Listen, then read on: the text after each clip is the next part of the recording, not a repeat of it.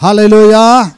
దేవుని నామానికి మహిమ కలుగును గాక. ప్రియులారా, దేవుని మహాకృపను బట్టి మన సంఘములో ఏర్పాటు చేయబడిన ఈ 21 days ఫాస్టింగ్ ప్రేయర్ యొక్క ఈ మొదటి దినమందు మనమందరము కూడా ఇలాగా ఒక కుటుంబముగా చేరి ఇంతవరకు దేవుని స్తుతించి ఆరాధించే గొప్ప కృప దేవుడు మనకిచ్చినాడు. అందుని బట్టి దేవునికి మహిమ కలుగును గాక.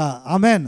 ఈ సమయంలో మనము ఈ మొదటి దినమందు మనము దేవుని సన్నిధానంలో దేవుని యొక్క వాక్యాన్ని మనం ధ్యానించుకుందాం. ప్రియులారా, మన మధ్యలో పాస్టర్ డానియల్ ప్రణీత్ ఉన్నారు.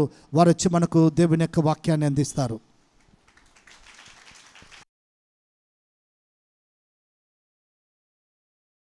హల్లెలూయా, హల్లెలూయా. యేసుక్రీస్తు నామములో మీ అందరికీ వందనాలు చెల్లిస్తున్నాను.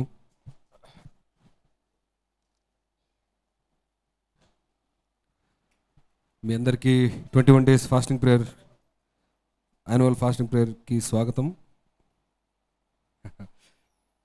చాలా సంతోషం మనందరూ కలిసి దేవుని సన్నిధిలో ఇలా సమయం గడపడం. ఎంతమంది వాక్యం సిద్ధంగా ఉన్నారు? హల్లెలూయా. ఫస్ట్ డేని ఇంతమంది రావడం చాలా సంతోషం. ఆమేన్. ఫస్ట్ టైం అనుకుంటా. మామూలుగా అయితే లాస్ట్ టైం ఎక్కువ, ఇంకా రేపటి నుంచి ఇంకా ఎక్కువ వస్తారు యేసు నామములో. హల్లెలూయా.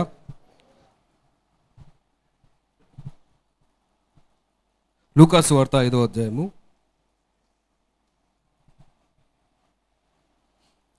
కొన్ని వచనాలు చదువుకుందాం ప్రియులారా. లూకా సువార్త 5వ అధ్యాయము మొదటి నుంచి కొన్ని వచనాలు చదువుకుందాం.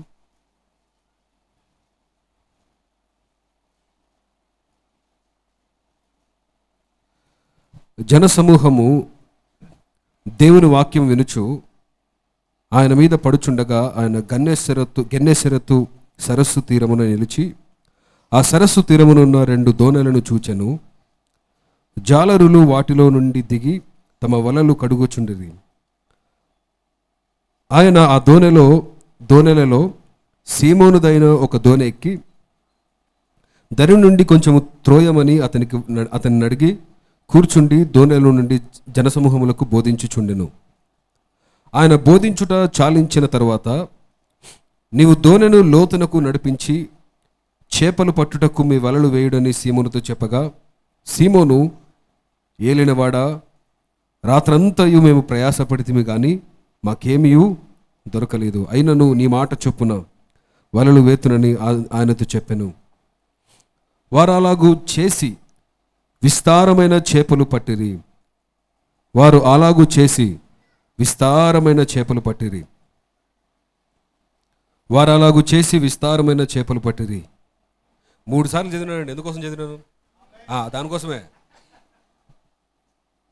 అందుచేత వారి వలలు పిగిలిపోవుచుండగా వారు వేరొక దోణెలనున్న తమ పాలివారు వచ్చి తమకు సహాయము చేయవలెనని వారికి సంజ్ఞలు చేసిరి. వారు వచ్చి 2 దోణెలు మునుగునట్లు నింపిరి. హల్లెలూయా. ఒకరికి దిక్కు లేదనుకున్నప్పుడు ఏమైందంట? 2 దోణెలు మునిగిపోయేలాగా దేవుడు నింపేశాడంట. సీమోను పేతురు అది చూచి యేసు మోకాళ్ళు ఎదుట సాగిలపడి, ప్రభువా, నన్ను విడిచిపొమ్ము, నేను పాపాత్ముడు అని చెప్పాను. ఏలైనగా వారు పట్టిన చేపలు రాశికి అతడును అతనితో కూడిన వారందరూ విస్మయముందిరి. అలాగున సీమోనుతో కూడా పాలివారైన జెబెదై కుమారులకు యాకోబు, యోహాను విస్మయముందిరి. అందుకు యేసు భయపడకుము, ఇప్పటి నుండి నీవు మనుషులను పట్టువాడే ఉందువని సీమోనుతో చెప్పాను. వారు దోణెలను దరికి చేర్చి సమస్తమును విడిచిపెట్టి ఆయనను వెంబడించిరి. హల్లెలూయా. యేసయ్య యొక్క అసలు స్వరూపం తెలిస్తే అన్నీ వదిలేసుకోవాలనిపిస్తుంది. ఆమేన్. చిన్న ప్రార్థన చేసుకొని దేవునిలోకి వెళ్దాం ప్రియులారా. మహాపరిశుద్ధుడ యేసయ్య, నీకు స్తోత్రాలు చెల్లించుకుంటున్నాము తండ్రి. నీ పాద సన్నిధికి వచ్చిన ప్రభువా, మీరే మాతో మాట్లాడండి. నన్ను నీ శిలువచావు మరుగుపరచుకోండి తండ్రి. ఇక్కడ కూడా వచ్చిన ప్రతి బిడ్డకు ప్రభు వినగలిగిన చెవిని గ్రహించి మనసును అనుగ్రహించమని ప్రార్థిస్తూ యేసు నామమున వేడుకుంటున్నాము తండ్రి. బిగ్గరగా ఆమేన్ చెప్పండి. హల్లెలూయా. ఇక్కడ 2 దోణెలు కనిపిస్తున్నాయంట మనకి, అవునా? రాత్రంతయు శ్రమపడి రాత్రంతయు కష్టపడిన వారు వీళ్ళ కష్టంలో అబద్ధం లేదు, వీళ్ళ శ్రమలో అబద్ధం లేదు. వీళ్ళు నిజంగానే కష్టపడ్డారు, రాత్రంతా కష్టపడ్డారు, ప్రయాసపడ్డారు. అయినా కూడా వీళ్ళు మామూలు వాళ్ళు కాదు. సముద్రంలో వాళ్ళకున్న అంతా తెలుసు. వాళ్ళు సముద్రం ఎక్స్పర్ట్స్, వాళ్ళు నిష్ణాతులు. అన్నీ తెలిసి కూడా శ్రమపడ్డారు, ప్రయాసపడ్డారంటే ఆ రోజు వాళ్ళకి బ్యాడ్ డే, దొరకలేదని పాపం, ఓడిపోయారు. నిజంగానే చేశారు, మనసారా చేశారు, దేవుడు చెప్పినట్లే చేశారు. దేవుడు చెప్పినట్టుగా అంటే మామూలుగా ఎట్లా చేయాలి అట్లా చేశారు, మనుషులందరూ చేసినట్టే చేశారు. అయినా కూడా ఓడిపోయారు. ఓడిపోయి అలా కూర్చున్నారు, అంతే, నది తీరమున కూర్చున్నారు. యేసుక్రీస్తు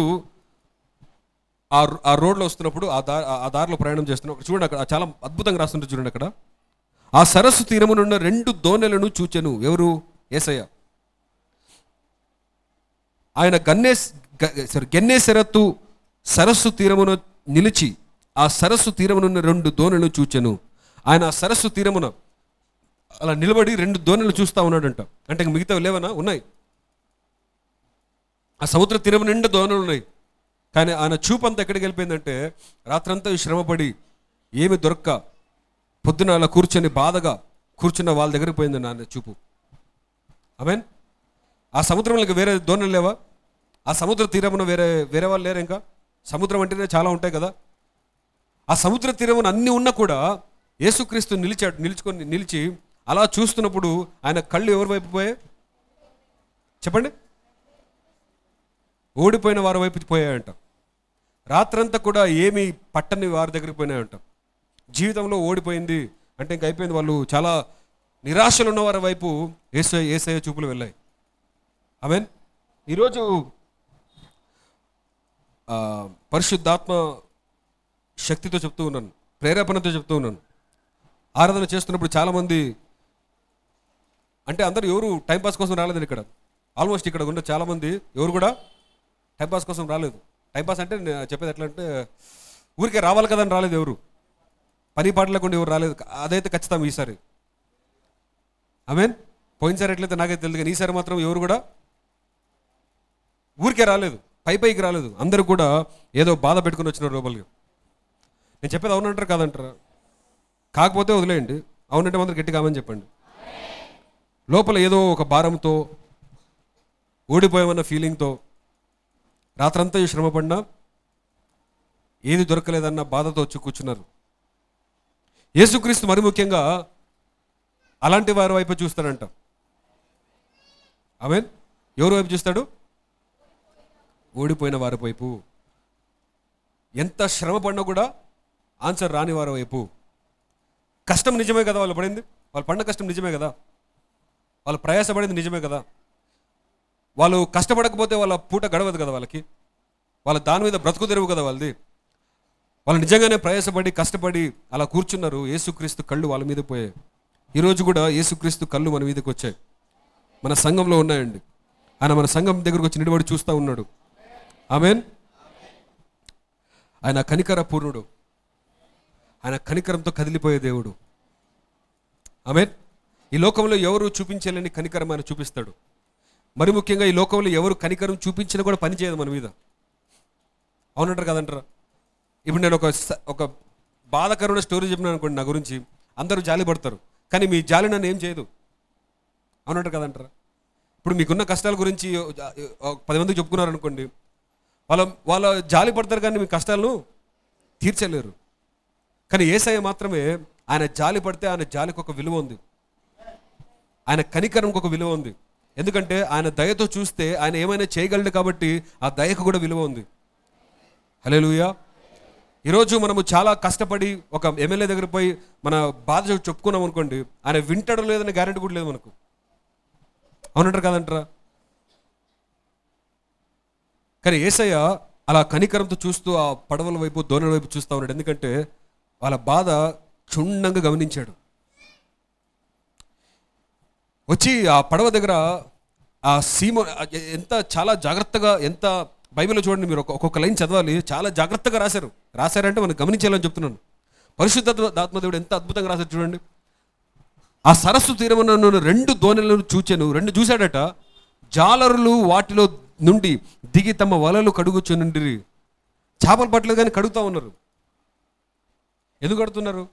చేపలు పట్టినారా? ఏం కడుగుతున్నా తెలుసా? చేపలు దొరకలేదు కానీ చెత్త అంతా దొరికింది వాళ్ళకి. అవును కదా, సముద్రంలో చెత్త ఉంటుందండి. ఎట్లా క్లీన్ అయితే ఖచ్చితంగా చేసుకోవాల్సిందే.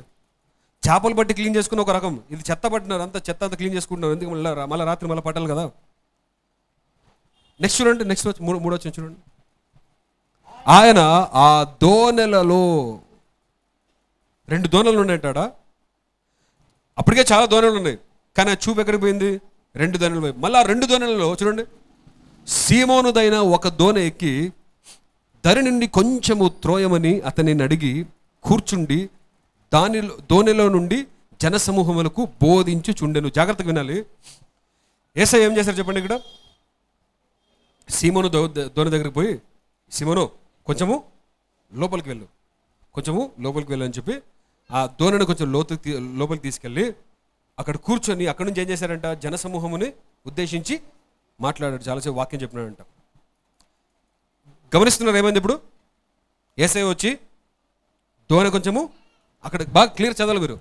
దోణె దరి నుండి కొంచెము త్రోయమని and asked him to put out a little from the land. దోణె అంటే తీరం నుండి కొంచెం లోపలికి వెళ్ళు అన్నాడు. వెళ్ళిన తర్వాత వాక్యం చెప్పాడు. వాక్యం అంతా అయిపోయిన తర్వాత నెక్స్ట్ ఇంకోసారి ఏం చెప్తున్నాడు చూడండి. ఇక్కడ బోధించుచుండెను. 4వ వచనం చూడండి.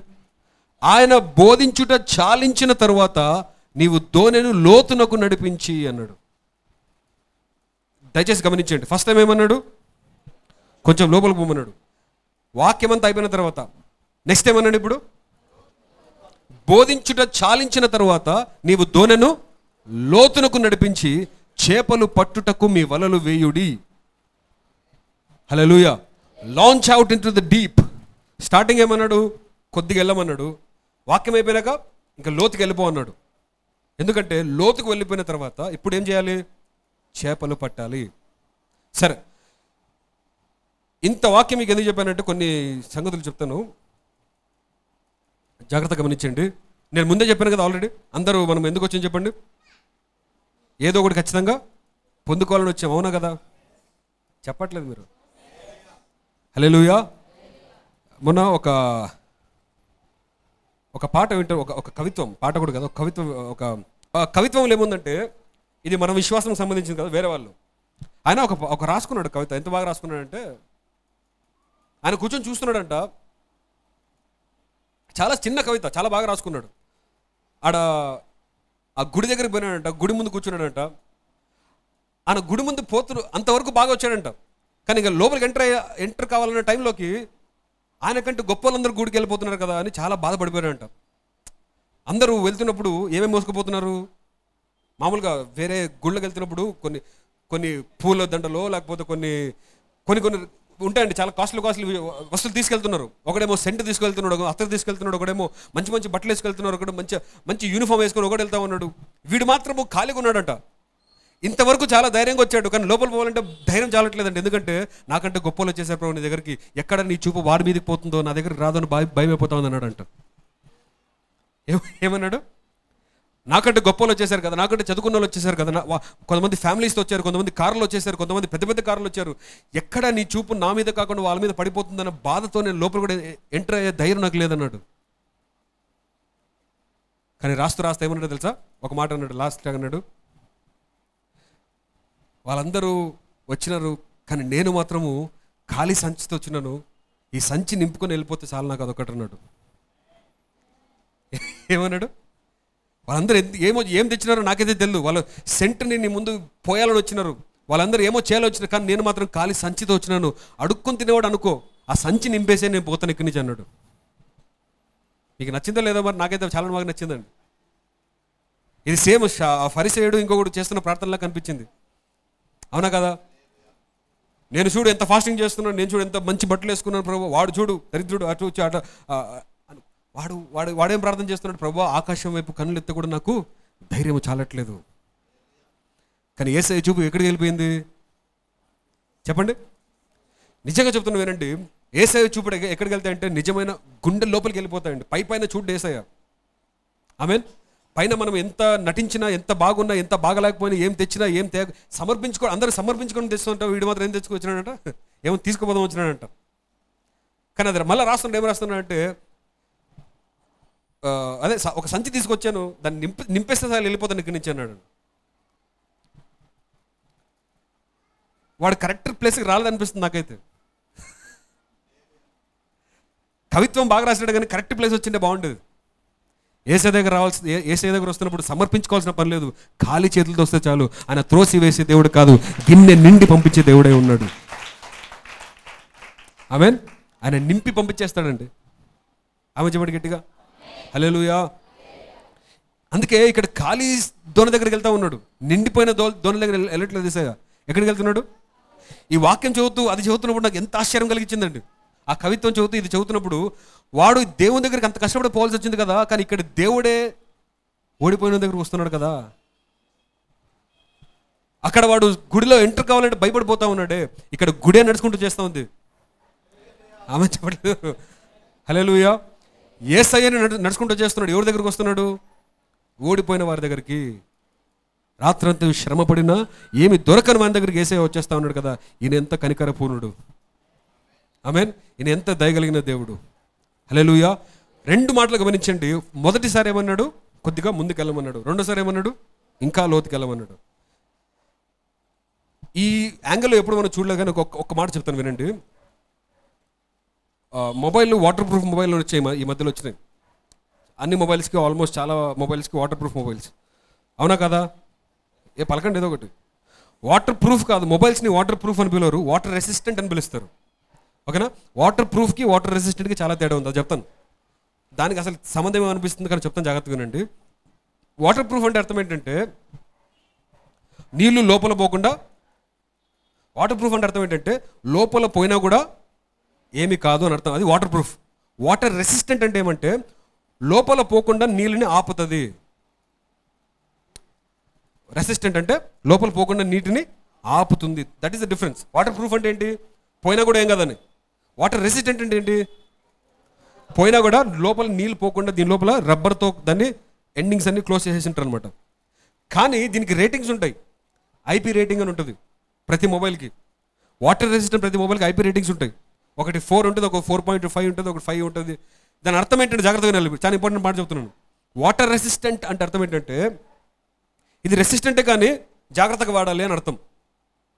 వాటర్ ప్రూఫ్కి రెసిస్టెంట్కి ఉన్న తేడా ఏమంటే రెసిస్టెంట్ కానీ జాగ్రత్తగా వాడాలి, పడకుండా చూసుకోవాలి. ఇది ఒక 10 feet లోపల పడేంత వరకు కాపాడగలుగుతుంది, ప్లస్ ఒక 30 నిమిషాలు మాత్రమే కాపాడగలుగుతుంది. దాని తర్వాత కాపాడలేము. అది వాటర్ రెసిస్టెంట్ అంటారు. అర్థమైంది? ఇప్పుడు మీకు అర్థం కావట్లేదండి. వాటర్ ప్రూఫ్ అంటే అర్థం ఏంటంటే నీటిలో పడేసినా ఏం కాదు. వాటర్ రెసిస్టెంట్ అంటే దానికి రూల్స్ ఉంటాయి. ఏం రూల్స్ అంటే 10 feet లోపలే పడాలి, 15 feet లోపలే పడాలి. పడినా కూడా 20 నిమిషాలు 30 నిమిషాల లోపల తీసేయాలి బయటికి. అప్పుడు మాత్రమే అది మొబైల్ పాడు కాకుండా ఉంటుంది. అర్థమైందా? ఇవన్నీ ఎందుకు చెప్పినానంటే దానికి దీనికి సంబంధం అనిపిస్తుంది నీకు. ఎంత కాస్ట్లీ పెట్టి కొన్నా కూడా కొంచెం లోతుకి వెళ్ళిపోయిందంటే వాటర్ ఎంటర్ కావాల్సిందే దీంట్లో ఖచ్చితంగా. అర్థమైందండి? ఎంత కాస్ట్లీ పెట్టుకున్నా కొంచెం లోపలికి వెళ్ళిపోయిందంటే, ఒక 30 నిమిషాల కంటే ఎక్కువసేపు ఉందంటే ఖచ్చితంగా వాటర్ లోపలికి వెళ్ళిపోవాల్సిందే. ఇవన్నీ ఎందుకు చెప్తున్నానంటే మనం చాలామంది క్రైస్తవులు ఎట్లయిపోయినామంటే వాటర్ ప్రూఫ్ క్రిస్టియన్స్ అయిపోయినాం. ఏం క్రిస్టియన్స్ చెప్పండి? ఫైర్ ప్రూఫ్ అనండి. రెనడ్ బొంకే గారు ఒక మాట అంటారు. ఏమంటారంటే అందరూ చాలా జ్ఞానులు అయిపోయారు. క్రైస్తవ చర్చిలు అందరూ ఏమైపోయినారంట? చాలా జ్ఞానులు అయిపోయారు. టెక్నాలజీ ఎక్కువైపోయింది. అప్పట్లో అగ్ని అంటే భయపడే వాళ్ళు ఇప్పుడు ఎవరు భయపడట్లేదు, ఎందుకంటే అందరూ ఫైర్ ప్రూఫ్ అయిపోయారని. టెక్నాలజీ ఉన్నప్పుడు, టెక్నాలజీ లేనప్పుడు అందరూ అగ్ని అంటే భయం కదండి. కానీ ఇప్పుడు భయం లేదు ఎవరికి. ఎందుకు? ఫైర్ ప్రూఫ్ బట్టలు వచ్చేసాయి కాబట్టి. ఒక మాట వినండి, క్రైస్తవుడు ఎప్పుడు ఫైర్ ప్రూఫ్ ఉండకూడదంట. ఫైర్ ప్రూఫ్గా ఉన్నారు కాబట్టి పరిశుద్ధాత్మ అగ్ని దిగుతుంటే పని చేయట్లేదండి అసలు. అర్థమైందండి? అసలు అసలు యేసుక్రీస్తు ఆయన బాప్తిజం ఇచ్చి యోహాను ఏమన్నాడు? నేనైతే మీకు నీటిలో బాప్తిజం ఇస్తున్నాడు, కానీ ఆయన ఏం చేస్తారంట? నీటితోనూ అగ్నితోనూ బాప్టిజం ఇస్తాడు. కానీ మీరేం చేస్తున్నారు? వాటర్ ప్రూఫ్, ఫైర్ ప్రూఫ్ అయిపోయినారు. ఇంకా బాప్టిజం ఎట్లా పని చేస్తుంది? అర్థమైందా లేదండి? నా పాయింట్ అర్థం చేసుకోండి దయచేసి. చాలా కష్టపడి చెప్తున్నాను. నేను చెప్పిన అర్థమైందా? నేను నీటిలో కాలు పెడితే కాలు తడుస్తాలా లేదా? ఖచ్చితంగా తడసాలా లేదండి? కానీ ఈ కాలం తడసట్లేదు. ఎందుకంటే ఒక ప్లాస్టిక్ కవర్ వేసుకుని దిగితే ఏమవుతుందో చెప్పండి? తడుస్తావా? లేదు. నేనేం చెప్పడం ప్రయత్నం చేస్తున్నా అంటే జాగ్రత్త వినండి. నీటికి శక్తి తగ్గిపోలా, అగ్నికి ఇంకా శక్తి తగ్గిపోలేదు. ఎవరు మారిపోయినారు? మనం మారిపోయినాం. నీటిని ఏమంటారు దాన్ని రెసిస్ట్ చేయడం నేర్చుకున్నాం.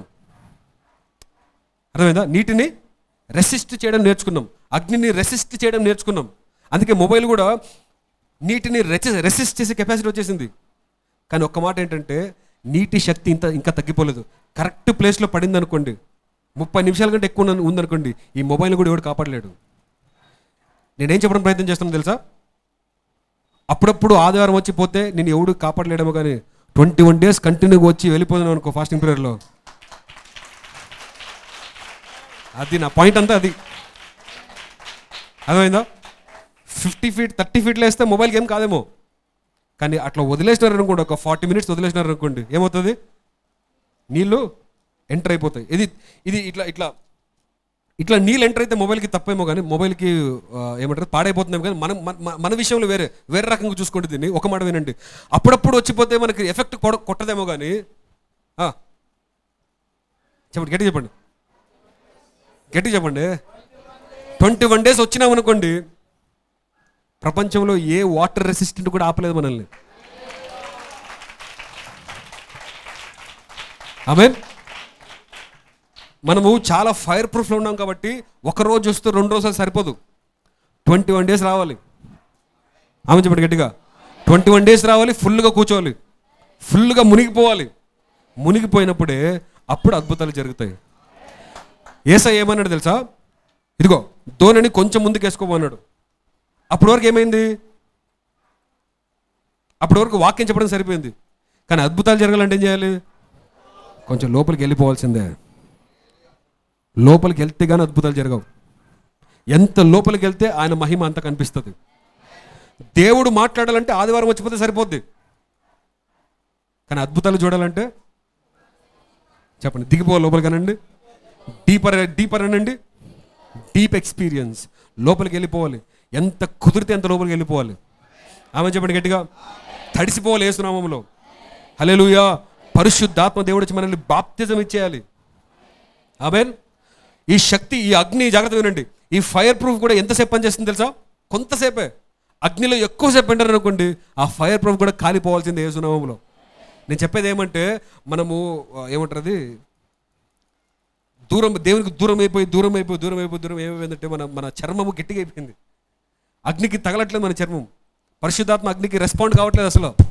ఎంత చేసినా మొబ్బు అయిపోయినా మనం. అందుకే ఆమె చెప్పట్లేదు, చెప్పే అర్థమవుతుంది మీకు? ఏమైనా ఎక్కుతుందో? కొంచెమైనా ఎక్కుతుందండి?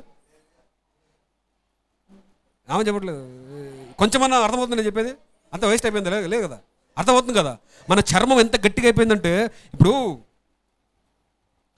మిమ్మల్ని అనట్లేదు, మిమ్మల్ని కాదనేది మామూలుగా వర్షం పడుతున్నప్పుడు అందరు పరిగెత్తారు, కానీ ఒకటి మాత్రం పరిగెత్తు. ఏంటది? అవునా కదా? కరెక్ట్గా చెప్పట్లేదు. అందరు పరిగెత్తారు, కానీ ఎవరు పరిగెత్తరు? అది వాటర్ రెసిస్టెంట్ కాబట్టి పరిగెత్తవు త్వరగా. ఎందుకు పరిగెత్తవు చెప్పండి? చర్మం చాలా థిక్ ఉంటుంది కాబట్టి ఏం కాదు. కానీ ఎప్పుడు పరిగెత్తుంది తెలుసా? తుఫాను కొట్టినప్పుడు పరిగెత్తదు. వర్షము ఒక 10 నిమిషాలు 12 నిమిషాలు ఒక 20 నిమిషాలు పడితే ఏం కాదు దానికి. కానీ కంటిన్యూగా కొడుతూ ఉందనుకోండి, అది కూడా పోయి దాపెట్టుకుంటుంది. నేను ఏం చెప్పడం ప్రయత్నం చేస్తున్నట్టే, పైన కొడితే ఏది పనికిరాదండి. అందుకే కొన్ని అద్భుతాలు జరగాలంటే అప్పుడప్పుడు 21 days ఫాస్టింగ్ పీరియడ్ జరగాలి. ఆమె చెప్పట్లేదు ఎవరు? ఈ సాతాను, ఈ దురాత్మ ఉపవాసముతోనే పోతుందంట. కొన్ని కష్టాలు 21 days ఫాస్టింగ్ పీరియడ్లోనే పోతాయి. హల్లెలూయా. కొన్ని సంఖ్యలు ఉపవాసంతోనే తెగుతాయి. గట్టిగా ఆమని చెప్పండి. కొన్ని ఉద్యోగాలు అప్పుడప్పుడు వస్తే రావు. కొన్ని ఉద్యోగాలు 21 days ఫాస్టింగ్ పీరియడ్ చేస్తేనే వస్తాయి. ఆమె చెప్పండి గట్టిగా హల్లెలూయా. యేసుక్రీస్తు ఏమంటున్నాడంటే వాక్యం వినేంత వరకు పైన ఉంటే ఓకే, కానీ అద్భుతాలు జరగాలంటే లోపలికి వెళ్ళిపోవాల్సిందే. ఆమేన్. కొంచెం లోపలికి వెళ్తే వాక్యం విన్నారు, ఇంకా కొంచెం లోపలికి పోతే చేపలు పట్టినారు, ఇంకా కొంచెం లోపలికి పోతే సముద్రమైన మాట వింటుంది కదా అని ఆశ్చర్యపోయారు. హల్లెలూయా. సముద్రం కూడా అయిన మాటలు వినేస్తుంది కదా అనే గొప్ప ప్రకటన వాళ్ళకి వచ్చింది. నేనే చెప్పడం ప్రయత్నం చేస్తున్నా అంటే పైన ఉంటే చెప్పండి ఏం అద్భుతాలు జరగవు. పైన ఉంటే ఏం జరుగుతుంది? ఏం వర్కౌట్ కాదండి. దయచేసి నా మాట వినండి. ఎట్లో ఫాస్టింగ్ ప్రే చేస్తున్నాం కాబట్టి, 21 days ఫాస్టింగ్ ప్రే చేస్తున్నాం కాబట్టి కొంచెం గట్టిగా చేయండి ఈసారి, కొంచెం బలంగా చేయండి ఈసారి, మనసు పెట్టి చేయండి ఈసారి, సంఖ్యలు తెగిపోయేలాగా చేయండి. మిమ్మల్ని ఎన్నో సంవత్సరాలు బాధ పెడుతున్న సాతానుగాడి సంఖ్యలన్నీ తీరిపోవాలి ఈసారి, పగిలిపోవాలి ఈసారి. చెప్పండి గట్టిగా హల్లెలూయా. చేస్తే మామూలుగా చేయొద్దండి. చేస్తే ఎట్లా చేయండి? కొంచెము సరే ఇప్పుడు చెప్తున్నాను, కొన్ని ఇన్స్ట్రక్షన్స్ ఇచ్చి నేను ముగించేస్తాను. అందరికీ ఫాస్టింగ్ ప్రేయర్ చేయలేరు నాకు తెలుసు, కొంతమందికి శరీరం సహకరించదు. కానీ సహకరించగలిగిన వారికి ఖచ్చితంగా ఎంత అయితే అంత ఫాస్టింగ్ చేయండి. మీ శక్తికి మించి చేయండి. ఆమె చెప్పట్లేదు ఎవరు? శక్తికి మించి చేయండి. నాకు 2 పూటలు తింటేనే అవుతుందంటే 1 పూట ట్రై చేయి. అర్థమైందా? నేను చెప్పడం అవుతుందా? 1 పూట ట్రై చేయి అంటున్నాను అంతే. నాకు 2 పూటలు ఖచ్చితంగా ఉండాలి అంటే కనీసం 1 పూట ట్రై చేయి. ఇంకొక పూట నీళ్ళు తాగు, లేకపోతే ఫ్రూట్స్ తిని ఏదో ఒక ట్రై చేయి. అంటే మన కంప్లీట్ ఇచ్చేయాలి ఈసారి. హల్లెలూయా. సరే నాకు 3 పూటలు ఖచ్చితంగా తినాలి, లేకపోతే నాకు కుదరదు, నేను టాబ్లెట్ వేసుకోవాలంటే కనీసం నాన్ వెజ్ మానేసి.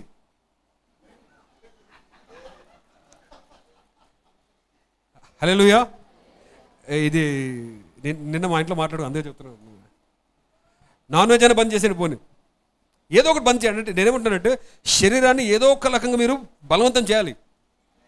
శరీరానికి ఏదో ఒక రకంగా కష్టం ఇవ్వండి. ఏదో ఒక సుఖం నుంచి బయటికి రావాలి. ఆమె చెప్పట్లేదు, ఏదో ఒక సుఖం మానుకోవాలండి. కొంతమంది ఫాస్టింగ్ ప్రేయర్లు కూడా ఏం చేస్తారు చెప్పండి? నేను ఫాస్టింగ్ చేయలేను, చాలా కష్టం కాబట్టి బిర్యానీ ఆర్డర్ చేసి తినకూడదు. నేను అదే చెప్తున్నాను. అంటే సరే చాలా కష్టమైతే అసలు కుదరకపోతే కనీసం నాన్ వెజ్ అని కట్ చేయండి. ఇంకొక మాట చెప్పిన, కడుపు నిండి తినొద్దండి. నన్ను తిట్టుకున్నా పర్లేదు, మీరు ఏం చేశారు? కడుపు నిండా వద్దు, కొంచెం తక్కువ తినండి సరే, ఒక 2 ముద్దలు తక్కువ. నేను ఎందుకంటున్నానంటే శరీరాన్ని బలవంతం చేయండి. శరీరం నీ మాట వినాలి, శరీరం నీ మాట వినాలి. ఆమె చెప్పండి గట్టిగా. ఇంతకుముందు 4 చపాతీలు తింటే 3తో 2 వెరీ గుడ్, 2తో క్లోజ్ చేయండి ఈసారి. నేనేమంటానంటే కొద్దిగా కష్టపడండి. ఎందుకంటే కొంచెం కష్టపడితే తప్ప ఇవి ఫైర్ ప్రూఫ్ అయిపోయినాయి మనవి, బాడీలో వాటర్ ప్రూఫ్ అయిపోయినాయి మనవి. IP రెసిస్టెన్స్ 6 అయిపోయింది. అంటే ఏం కొట్టినా లోపల పోవట్లేదు. అసలు ఎంత పెద్ద పెద్ద దైవసేవకులు వచ్చినా లోపల పోవట్లేదు. వాక్యం ఎందుకు పోవట్లేదు చెప్పట్లేదు. దారిలో ఉన్న ప్రతి ఒక్కరు పరిగెత్తిపోతున్నారు, ఒకడు మాత్రం పోడు. ఎందుకు? ఒకటి వాడు ఫుల్ లావ్ అయి ఉండాలి, ఫుల్ నడిచే కష్టమై ఉండాలి. నేను ఏం చెప్ప ప్రయత్నం చేస్తానంటే దేవుడు మన సన్నిధిలో మన సంఘంలో ఆ తొలకరి వర్షం కుమరించబోతా ఉన్నాడు. వాటర్ ప్రూఫ్ అయిపోవాలి మనం. హల్లెలూయా. బాప్తిజం పొందేసుకోవాలి యేసునామములో, అగ్ని బాప్తిజం పొందుకోవాలి. హల్లెలూయా. పరిశుద్ధ ఆ మాట ఎప్పుడు మర్చిపోలేను నేను. పరిశుద్ధాత్ముడు రెడీగా ఉన్నాడంటే మనమంతా ఫైర్ ప్రూఫ్ అయిపోయినామంట. ఆయనేమో అగ్నితో దిగుతున్నాడంట, మనమైతే ఫైర్ ప్రూఫ్ బట్టలు వేసుకుని వస్తున్నాం కాబట్టి అగ్గి కొట్టట్లేదు మనకు అసలు. ఆ ఫైర్ ప్రూఫ్ అంతా వెళ్ళిపోవాలంటే ఏం చేయాలి? అగ్నిలో కాసేపు ఉండాలి, కొంచెం సేపు ఉండాలి. దానికి తట్టుకునే శక్తి కొంతవరకు ఉంటుంది. 10 minutes 20 minutes ఉంటుంది. ఆ 20 minutes అట్లే ఉన్నాం అనుకో, ఆ ఫైర్ ప్రూఫ్ వెళ్ళిపోద్ది. పరిశుద్ధాత్ముడు కాల్ చేస్తాడంతే. నీళ్ళున్న ప్రతి మలినాన్ని కాల్ చేస్తాడు, నీళ్ళున్న ప్రతి పాపాన్ని కాల్ చేస్తాడు. ఆయనకి ఇష్టకరంగా మార్చేసుకుంటాడు, బంగారంలాగా మార్చేసుకుంటాడు. హల్లెలూయా. ఆమేన్. జాగ్రత్తగా గమనించండి, ఏ అద్భుతాలు కూడా పైపైన జరగవు. చేపలు పట్టాలంటే లోతుకి వెళ్ళిపోవాలి, బంగారం దొరకాలంటే పైపైన దొరకదు, దున్నాలి కదా. అవునా కదండి? దేవుడితో మాట్లాడుతున్నాడా? ఏదో చెప్పండి. నేను ఇదంతా ఎందుకు చెప్తున్నానంటే నేను ఖచ్చితంగా నమ్ముతా ఉన్నాను, అన్ని అంటే ఇంతవరకు చూసిన దానికంటే ఈసారి దేవుడు తన మహిమను ఎక్కువ చూపించబోతా ఉన్నాడు. ఆమేన్. దానికి కారణం ఏంటంటే మీకున్న బాధనే కారణం. ఎప్పుడు లేనంత బాధ ఈసారి ఎందుకుంది? ఎప్పుడు లేనంత కన్నీరు ఈసారి ఎందుకుంది? ఎప్పుడు లేనంత దుఃఖం ఈసారి ఎందుకుంది? ఎప్పుడు లేనంత అవసరం ఈసారి ఎందుకుంది? ప్రతిసారి 5 లక్షలు 10 లక్షలు సరిపోయేది, ఈసారి 50 లక్షలు కావాలి. ఆమె చెప్పట్లేదు ఎవరు? దేనికోసం అండి? మర్చిపోయారేంటి? ప్రతిసారి 10 లక్షలు అవసరం ఉంటే మీటింగ్ అయిపోయేది, ఈసారి 50 లక్షలు కావాలి కదా. ఈసారి భారం ఎక్కువైపోయింది. అందుకే ఏం చేయాలి ఈసారి? మనము కొంచెము ఎక్కువ కష్టపడాలి. ఆమె చెప్పండి గట్టిగా. ఫస్ట్ టైం మన చర్చ్లో 21 days ఫాస్టింగ్ ప్రేయర్ జరిగినప్పుడు ఫస్ట్ టైం చిన్న పిల్లలు కూడా 40 days fasting 21 days fasting prayer చేసినారు, 3 పూట్ల తినకుండా. చిన్న పిల్లలు, నాకు ఇప్పుడు గుర్తుంది, చిన్న పిల్లలు. ఆ ఉద్యోగం మళ్ళీ రావాలి. ఆమేన్. ఆ రోషం మళ్ళీ రావాలి మనకు. హల్లెలూయా. నేను చెప్పిన మాటలు దయచేసి మీకు బాధ కలిగించినా కూడా దయచేసి మీ మనసులో తీసుకోండి. ఏదో రకం ఫాస్టింగ్ చేయాలి. ఆమేన్. ఏది కుదరలేదంటే కనీసం డానియల్ ఫాస్టింగ్ చేయండి. అదే డానియల్ ఫాస్టింగ్ అంటే ఏంటి? నాన్ వెజ్ లేకుండా కట్ చేయడం. అంటే నేనేమంటున్నానంటే మీ శరీరానికి కొంచెం సుఖం తగ్గించేయండి, మీ శరీరాన్ని కొంచెం నలగొట్టుకోండి దేవుని సన్నిధిలో. హల్లెలూయా. ప్రభువా, నేను తినే ఈ ఆహారం కంటే నువ్వు నాకు ఇవ్వబోయే ఆ మహిమ నాకు చాలా ప్రాముఖ్యమైంది. హల్లెలూయా. ఈ సుఖం కంటే నువ్వు ఇచ్చే ఆశీర్వాదం నాకు ఎక్కువ ప్రభువా. హల్లెలూయా. ఈరోజు చాలామంది అలాగే కూర్చున్నాను నమ్ముతూ ఉన్నాను. ఎలాగంటే ఆ రోజు సీమోన్ ఎలాగా అంత శ్రమ పడిన కూడా ఏం అద్భుతం జరగకుండా అలా కూర్చున్నాడు కదా. చాలామంది అలాంటి పరిస్థితులు ఉన్నారని అనుకుంటా ఉన్నాను. లేకపోతే మంచిదే, దేవుడు మిమ్మల్ని దీవించిన కాక. ఒకవేళ అలాంటి పరిస్థితులు ఉంటే యేసుక్రీస్తు మన దగ్గరకు వచ్చి చెప్తున్న మాట ఏంటంటే ఈసారి కొద్దిగా లోతుకు వెళ్ళాలి. కొంచెం లోతుకు పోతే సరిపోదు, చాలా డీప్కి వెళ్ళిపోవాలి ఈసారి. పైన భక్తి సరిపోదు ఈసారి. ఏదో రావాలంటే వచ్చేది అట్లా కుదరదు ఈసారి. కొంచెం గట్టిగా రావాలి, కొంచెం కష్టపడాలి ఈసారి. ఆమె చెప్పండి. హల్లెలూయా. ఇష్టం లేకపోయినా ఈసారి కొంచెం కష్టపడైనా సరే కంప్లీట్గా చేయండి. 21 days ఫాస్టింగ్ ప్రేయర్ చేయండి. దేవుడు మీకు ఆ శక్తిని ఇచ్చును గాక. హల్లెలూయా. ఎందుకంటే మన ముందు చాలా పెద్ద పనులు ఉన్నాయండి, చాలా పెద్ద పనులు ఉన్నాయి.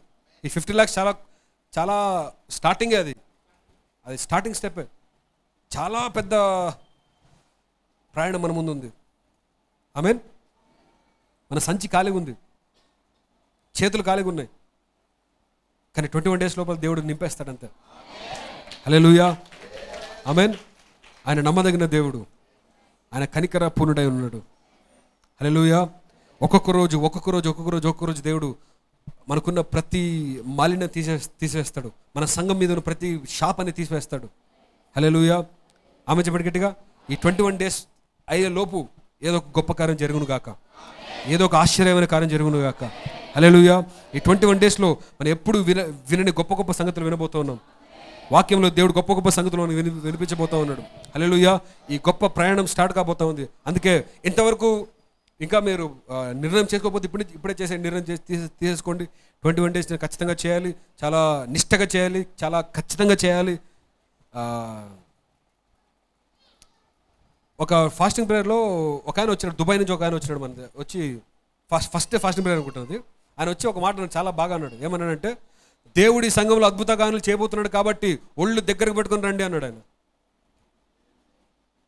చాలా ఇప్పటికి అట్లా ఉండిపోయింది నా మైండ్లో. ఆయన ఏమన్నాడంటే 21 days లోపల దేవుడు దినేష్ దుబాయ్ నుంచి ఆయన వచ్చేమన్నాడంటే, దేవుడు మీ సంఘాన్ని గొప్పగా ఆశీర్వదించబోతున్నాడు, అందుకే ఒళ్ళు దగ్గర పెట్టుకుని రండి అన్నాడు. అంటే దాని అర్థం అంటే భయంతో వణుకుతో చేయండి అని. అంటే ఈ ఆపర్చునిటీ మిస్ చేసుకోవద్దని, ఈ అవకాశాన్ని పోగొట్టుకోవద్దండి. దేవుడు గొప్ప కార్యాలు మన యెహోవా మన మధ్య అద్భుత కార్యాలు చేయబోతూ ఉన్నాడు. ఆమేన్. బలముతో కాదు, శక్తితో కాదు, ఆయన ఆత్మతో ఈ కార్యం జరిగించబోతూ ఉన్నాడు. మన చేతులు అయితే ఖాళీగా ఉన్నాయి, మన బ్యాంకులు అయితే ఖాళీగా ఉన్నాయి. అన్నీ మనకు శక్తికి మించిన ప్రయాణం, శక్తికి మించిన పోరాటం అనేది ఉంది. కాబట్టి ప్రార్థనతో దీన్ని జయిద్దాం ప్రియులారా. ప్రార్థనతో దీన్ని మనము గెలుద్దాం. దేవుడు ఖచ్చితంగా మనల్ని గెలిపించబోతూ ఉన్నాడు. హల్లెలూయా. ఖచ్చితంగా దేవుడు గెలిపించబోతూ ఉన్నాడు. గెలిస్తేనే చెప్పండి, గెలిస్తేనే మహిమ. ఓడిపోతే మహిమ లేదు. గెలవాలి ఖచ్చితంగా. దేవుడు గెలిపిస్తాడు. మనకి దగ్గరుండి మరి గెలిపించే దేవుడే ఉన్నాడు. హల్లెలూయా. ఈ మాటలు గుర్తుపెట్టుకోండి. 21 డేస్ తర్వాత మాట్లాడుకుందాం అలా. ఆమేన్. దేవుడు ఏదో అద్భుతాలు చేయబోతా ఉన్నాడు, ఏమైనా ఆశ్చర్యకాలు చేయబోతా. నమ్మినవారు గట్టిగా ఆమేన్ చెప్పండి. నమ్మినవారు మాత్రమే కొద్దిగా సరే నమ్మినవారు మాత్రమే కొద్దిగా గట్టిగా ప్రయత్నం చేయాలి సరే. నమ్మినవారు మాత్రమే కొంచెం ఎక్కువ ఫాస్టింగ్ చేయాలి. నమ్మినవారు మాత్రమే ఒక అడుగు ముందుకేయాలి సరే. వేస్తారా? ఎస్. ఇంతకంటే నేను మిమ్మల్ని ఎక్కువ మోటివేట్ చేయలేను, చేస్తే మీరు మిమ్మల్ని తిట్టేసుకుంటారేమో. అందుకే సో తిండి విషయంలో జాగ్రత్తగా ఉండండి. ఎంతవరకు అయితే అంత కట్ చేసేసేయండి సరే 21 డేస్లో. ఓకేనా? దేవుడు మనతో మాట్లాడును గాక, దేవుడికి అద్భుతకారం చేయవును గాక. కళ్ళు మూసుకొని ప్రార్థన చేద్దాం పిల్లలు.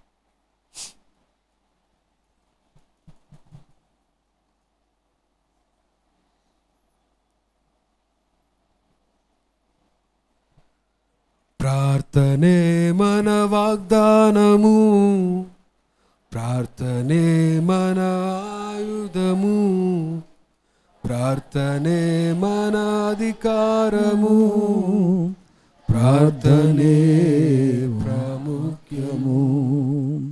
ప్రార్థనే మన వాగ్దానము, ప్రార్థనే మన ఆయుధము, ప్రార్థనే మన అధికారము, ప్రార్థనే ప్రాముఖ్యము. ప్రార్థించుమా ఓ సంఘమా, పోరాడుచు జయమొందుమా. గట్టిగా ప్రార్థించుమా ఓ సంఘమా, పోరాడుచు జయమొందుమా. కృప చూపుటలో ఐశ్వర్యవంతుడు, రక్షించుటలో రోషము గలవాడు. కృప చూపుటలో ఐశ్వర్యవంతుడు, రక్షించుటలో రోషము గలవాడు. అందరు కలిసి పాడదామా? నిజముగా మొరపెట్టు వారికి సమీపముగా ఉన్న దేవుడు, నిజముగా విశ్వసించు వారిని ఎన్నడూ త్రోసిపుచ్చుకొననివ్వడు.